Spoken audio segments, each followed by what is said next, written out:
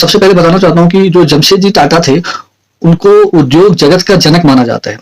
वो एक युग दृष्टा थे, और जो आज आप देखते हो आयरन और स्टील की इतनी बड़ी इंडस्ट्री देखते हो, उसका जो फ्रंट रनर, जो सबसे पहले उन्होंने जो शुरुआत किया, वो वही व्यक्ति थे, जमशेद जी टाटा थे।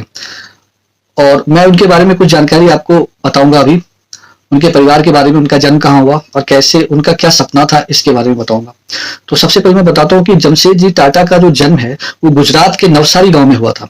उनके पिताजी का नाम जो था नौशेरवाजी टाटा था, और नौशेरवाजी टाटा के इकलौते पुत्र थे जमशेद जी टाटा।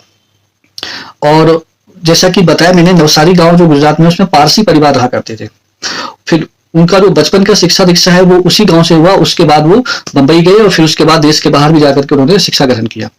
तो जो जमशेद जी टाटा थे, उनका एक सपना था कि भारत में भी जो इस्पात का और लौह का कारखाना होना चाहिए, यहाँ भी ऐसा प्लांट होना चाहिए जहां अपने भारत में ही उसको निर्माण करा जाए।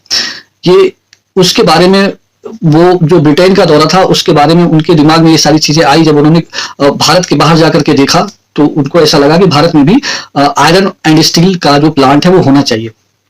तो इस विचार को लेकर के वो धीरे धीरे वो इसका शुरुआत किया उन्होंने। लेकिन उनका ये सपना पूरी तरीके से उनके रहते पूरा नहीं हो पाया, क्योंकि 1904 में जर्मनी में उनकी मृत्यु हो गई।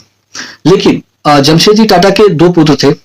बड़े पुत्र का नाम था दोराबजी टाटा, और दूसरे थे रतन टाटा, छोटे पुत्र। उनका नाम रतन था।